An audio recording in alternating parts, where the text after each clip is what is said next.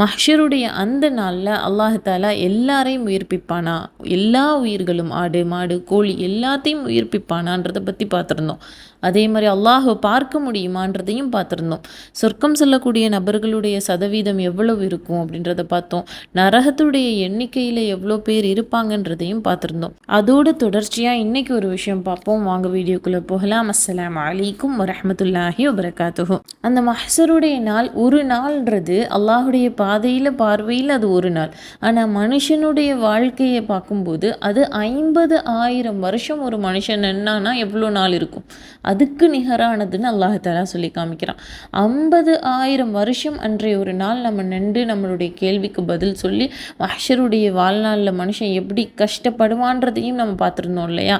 அன்றைய நாளில் அல்லாஹுடைய இரக்கம் அல்லாஹுடைய கருணை நம்ம மீது இருக்கணுன்றதுக்காகவும் நம்ம பிரார்த்தனை செய்வோம்.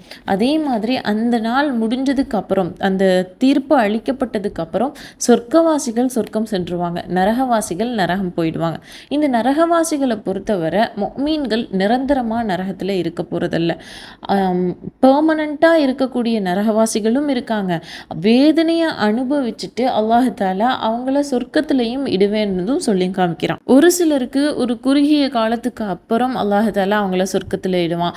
ஒவ்வொரு நபர்களையா இப்படி அல்லாஹ் தஆலா ஒவ்வொரு கூட்டமாகவும் ஒவ்வொரு நபர்களாகவுமே நரகத்திலிருந்து வெளியாக்கி சொர்க்கத்தில் அல்லாஹ் தஆலா அனுப்பிட்டே இருப்பான். யாருடைய மனசில் ஒரு கோதுமை அளவுக்கு அல்லாஹுடைய நம்பிக்கை யாருடைய உள்ளத்தில் இருக்கோ, லா இலாஹ இல்லல்லாஹ்னு சொல்லக்கூடிய அந்த நம்பிக்கை ஒரு கோதுமை அளவு இருக்கோ, அவங்கள எல்லாரையும் வெளியேற்றுங்கன்னு அல்லாஹ் சொல்லுவானா.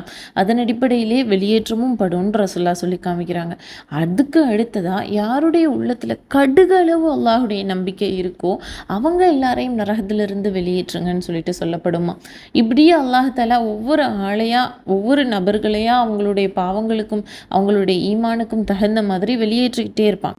இந்த நரகவாசிகள் எல்லாருமே வெளியேற்றப்படும் போது அவங்க மீது மாவுல் ஹயாத் அப்படின்னு சொல்லிட்டு உயிர் தண்ணி அப்படின்னு சொல்லுவாங்க. அந்த தண்ணி அல்லாஹ் தஆலா ஊற்றுவானா. நரகத்தில் இருந்த அந்த மனிதன் கறிக்கட்டையாக இருந்திருப்பான். அவனை நரகத்திலிருந்து வெளியாக்கி இந்த தண்ணியை அவன் மீது ஊற்றின பிறகு அந்த மனுஷன் எப்படின்னா, இந்த ஆற்றுடைய ஓரத்தில் தண்ணி இல்லாத போது ஒரு புல்லெல்லாம் காஞ்சிருக்கும்ல, அந்த புல்லெல்லாம் ஆறு தண்ணி வந்து 2 நாள் தான் இருக்கும், திடீர்னு அப்படியே பச்சை பச்சைன்னு ஆகிடும்.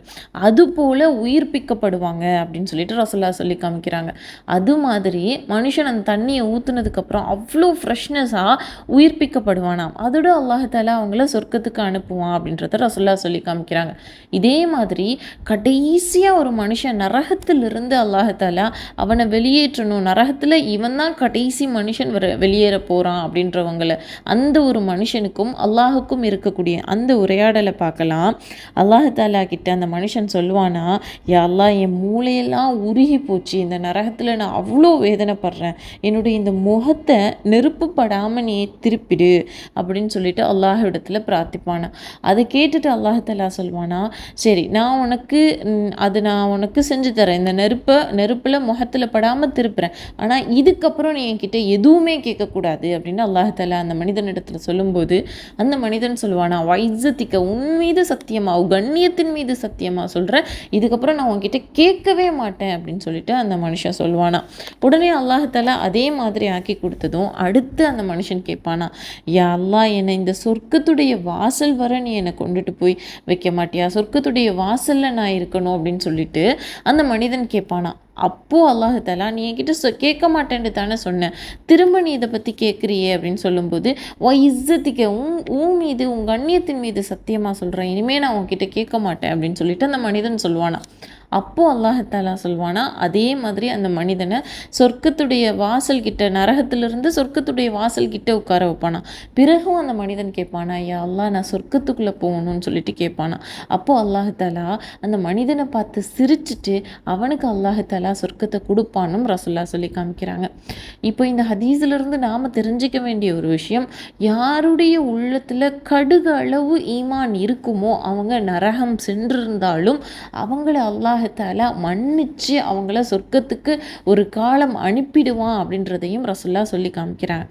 நாம் ஈமானில் உறுதியாக இருப்போம். எது நமக்கு நடந்தாலும் நம்முடைய இறைவனுடைய நாட்டத்தால் மட்டும்தான். அடுத்தவங்களுடைய பார்வையாலேயோ அடுத்தவங்களுடைய ஒரு கெட்ட எண்ணத்தினாலேயோ நமக்கு ஆயிடுச்சு அப்படின்ற ஒரு எண்ணம் நமக்கு வரவே கூடாது. அல்லாஹ்வை நம்புவோம், முழுமையாக அல்லாஹ்வை நம்புவோம், அவனிடத்திலேயோ பொறுப்பு ஒப்படைப்போம், நாமும் சொர்க்கம் செல்வோம். அந்த சொர்க்கம் நமக்கு நரக வேதனையிலிருந்து நேரடியாக சொர்க்கம் செல்லக்கூடியவங்களா இருப்போம்னு பிரார்த்திச்சுப்போம். அஸ்ஸலாமு அலைக்கும் வரஹ்மத்துல்லாஹி வபரகாத்துஹு.